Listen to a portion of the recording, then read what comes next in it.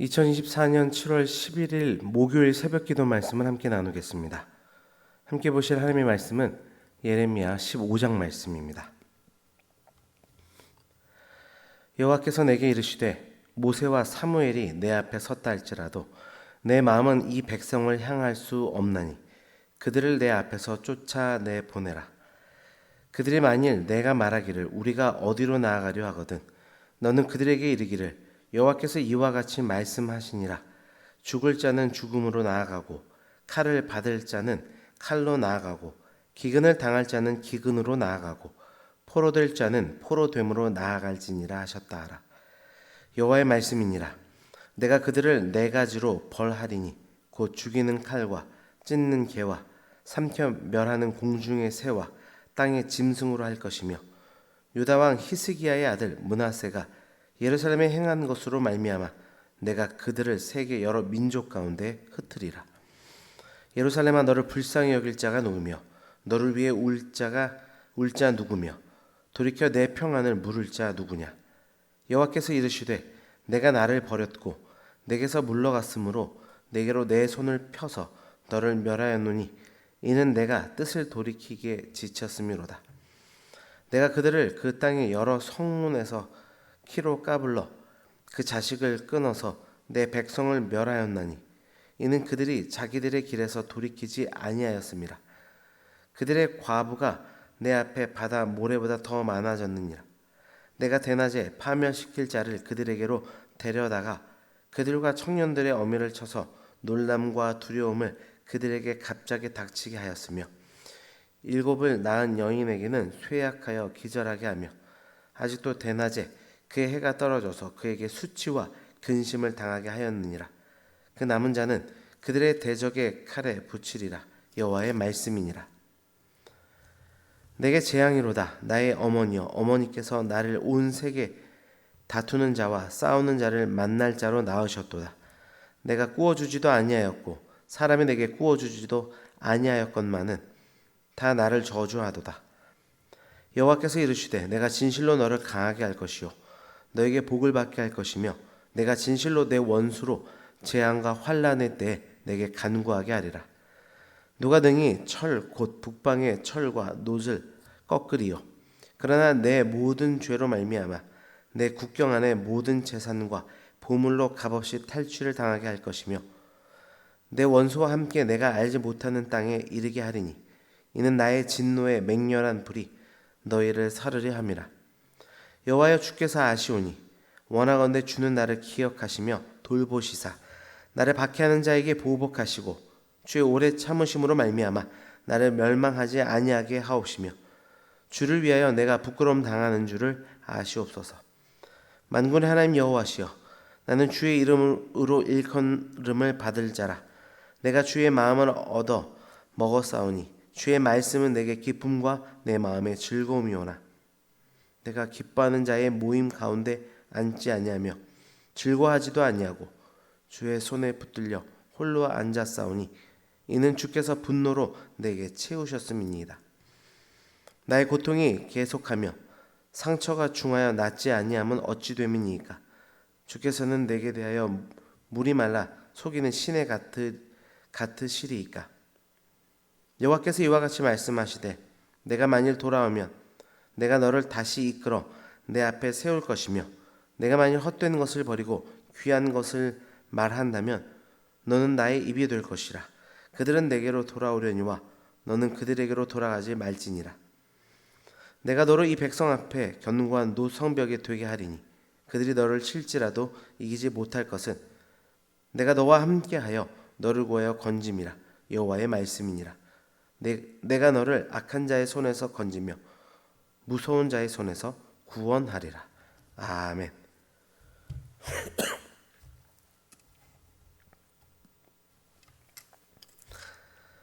우리 하나님께서는 예정하신 자신의 백성들을 부르실 때 놀라운 구원의 은혜를 베풀어 주실 뿐만 아니라 그와 함께 반드시 그에 맞는 사명을 허락하십니다. 그런 의미에서 성도인 우리 모두가 사명자라 할 수 있습니다.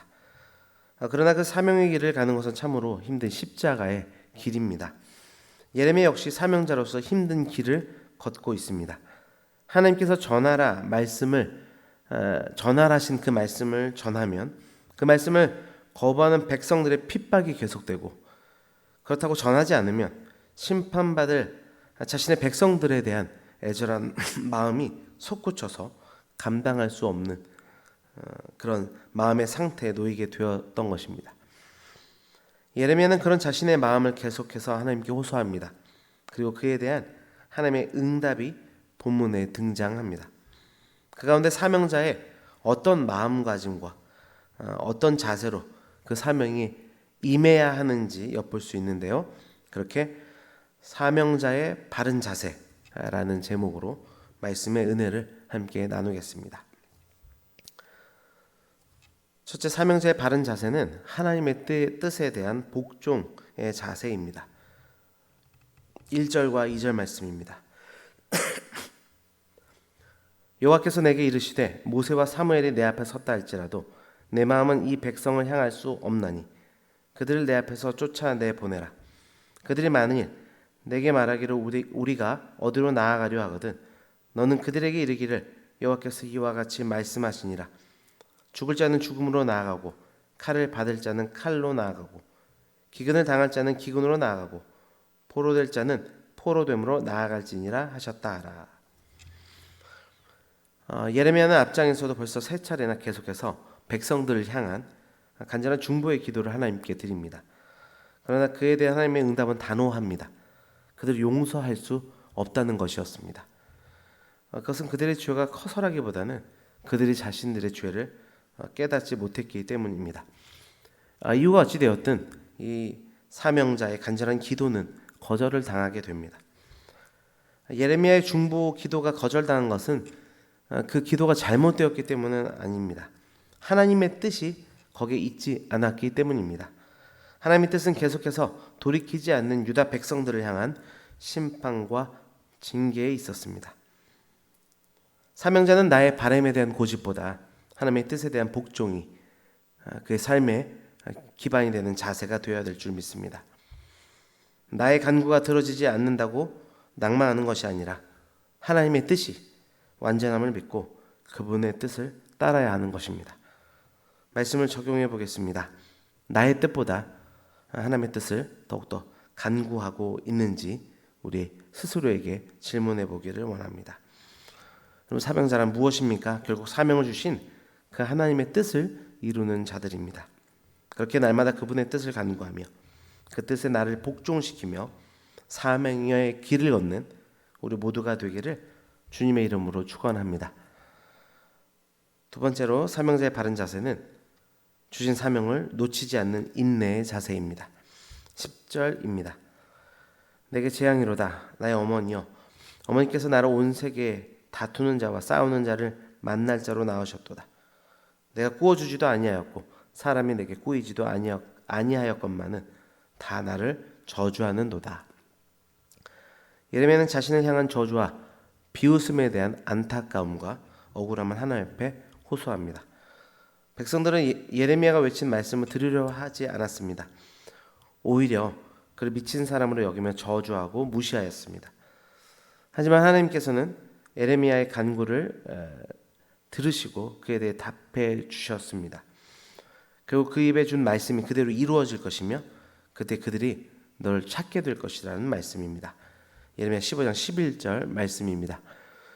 여호와께서 이르시되 내가 진실로 너를 강하게 할 것이요 너에게 복을 받게 할 것이며 내가 진실로 내 원수 재앙과 환난 때에 내게 간구하게 하리라. 우리가 사명의 길을 갈 때 이러한 고민과 아픔을 겪을 때가 있습니다.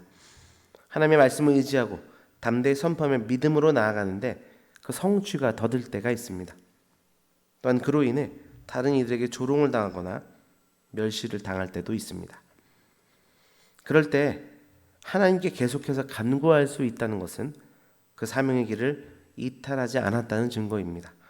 사명을 붙들고 인내하고 있다는 뜻입니다. 그리고 그렇게 인내할 때 하나님은 그 사명의 길을 온전히 걷도록 도와주십니다. 말씀을 따라 적용해 보겠습니다. 하나님의 뜻이 더디 이루어져도 인내할 수 있는 그 믿음을 가지고 있습니까? 어려움 속에서도 신실하신 하나님과 그분의 말씀을 신뢰하며 끝까지 인내하며 기도함으로 사명의 길을 걸어가는 우리 모두가 되기를 주님의 이름으로 축원합니다. 마지막으로 사명자는 하나님의 도우심에 대한 믿음의 자세를 가져야 함을 말씀합니다. 20절과 21절입니다. 내가 너를 이 백성 앞에 견고한 노성벽에 되게 하리니 그들이 너를 칠지라도 이기지 못할 것은 내가 너와 함께하여 너를 구하여 건짐이라. 여호와의 말씀이니라. 내가 너를 악한 자의 손에서 건지며 무서운 자의 손에서 구원하리라.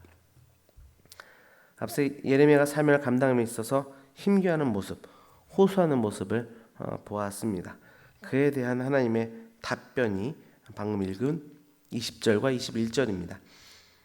하나님은 결국 그가 어떤 위험과 어려움에 직면한다 할지라도 그가 감당해야 될 사명을 끝까지 감당하도록 도우신다 말씀합니다. 여러분, 하나님께서는 당신의 일꾼을 부르실 때 그들을 지키실 것과 그 사명을 끝내 감당케 할 것이라는 약속도 주시며 실제 그 일을 이루어 주십니다. 하나님께서 어떤 사람을 어떤 특별한 일을 위해 부르셨다면 하나님께서는 반드시 그를 보호하심으로 당신의 뜻이 실패로 돌아가지 않도록 하실 것입니다. 적용해 보겠습니다.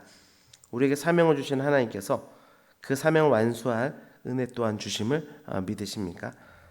저는 사랑하는 성도 여러분, 이 사실을 믿음으로 어떤 환난과 시련 속에서도 사명할 감당을 잃지 않기를 간절히 바랍니다.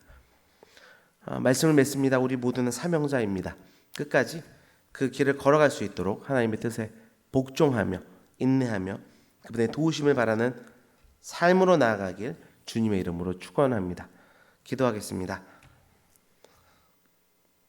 아버지 하나님, 감사합니다. 우리를 구원해 주실 뿐만 아니라 우리에게 사명의 길을 걷도록 인도하심 감사합니다. 그 사명의 길이 십자가의 길이지만 그 사명의 길을 바르게 걸어갈 수 있는 바른 자세가 무엇인지를 우리에게 깨닫게 하시고 우리를 이끌어 주시니 감사드립니다. 무엇보다 나의 뜻이 아닌 하나님의 뜻에 철저히 복종하는 자세로 나아가도록 인도하여 주옵소서. 어떤 환난과 어려움 속에서도 사명을 놓치지 않는 그 인내의 자세로 나아갈 수 있도록 붙들어 주옵소서. 무엇보다 하나님의 도우심에 대한 신실한 믿음을 붙들고 하나님만을 의지하며 온전히 사명의 길을 걸을 수 있도록 주께서 주장하시고 함께하여 주옵소서. 모든 것 감사드리며 예수 그리스도의 이름으로 기도드립니다. 아멘.